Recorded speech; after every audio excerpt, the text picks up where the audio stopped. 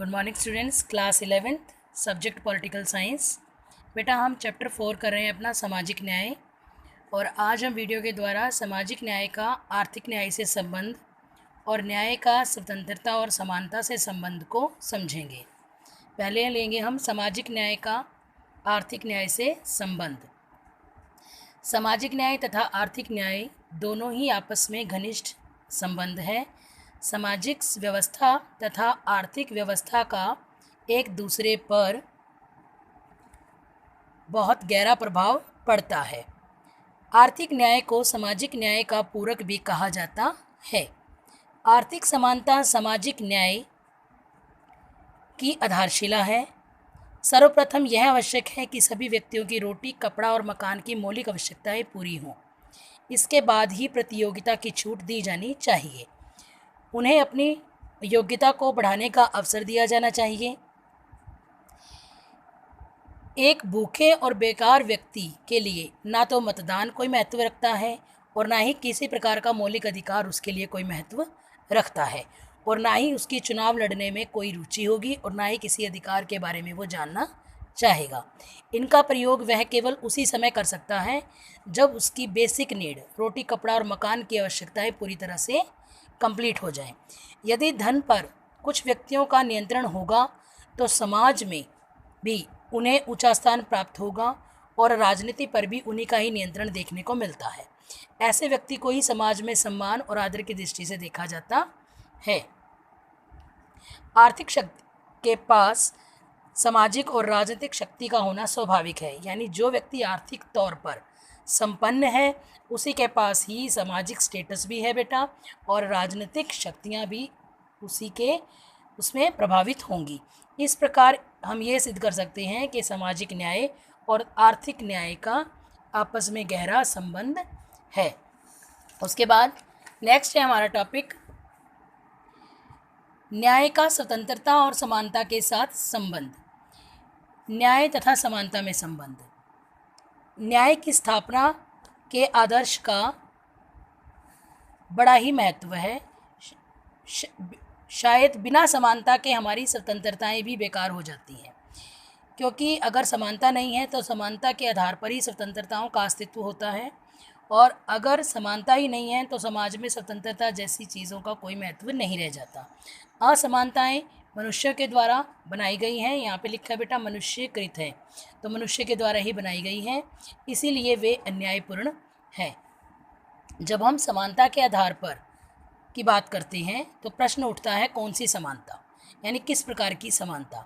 तो उसमें आपकी आती है बेटा सामाजिक समानता, राजनीतिक, आर्थिक और सामाजिक।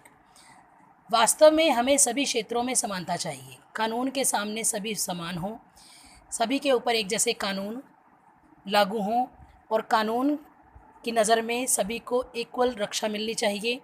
धर्म, जाति, लिंग आदि के आधार पर किसी भी प्रकार का नागरिकों के साथ भेदभाव ना किया जाए। सभी को सार्वजनिक स्थानों, पार्क, दुकान जैसे स्थानों पर सबकी पहुंच हो, या सभी को प्रयोग करने की आज़ादी हो। शिक्षा के दरवाजे सभी के लिए खुले होने चाहिए। यहाँ आर्थिक समानता आगे बढ़ने की समानता का विशेष स्थान रखती है। आर्थिक समानता से अभिप्राय है कि सभी के लिए काम हो, काम करने के घंटे निश्चित हों, दिन प्रतिदिन की आवश्यक वस्तुएं लोगों को आसानी से उपलब्ध होनी चाहिए। भर्ती या उन्नति देते समय योग्यता, अनुभव और महत्व को ध्यान में देना चाहिए, ना कि किसी अन्य बात को। अब हम लेंगे पूर्ण समानता संभव नहीं है। अब बेटा अगर पूर्ण रूप से स्वतंत्रता ना तो संभव है समाज में, और ना ही पूर्ण तौर पर समानता, ये एक बेटा कड़वा सत्य है। और वो कैसे है?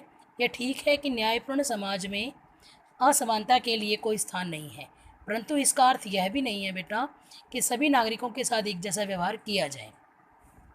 समाज में पूर्ण रूप से स्वतंत्रता भी संभव नहीं है, उसी प्रकार से पूर्ण समानता भी समाज में स्थापित नहीं हो सकती।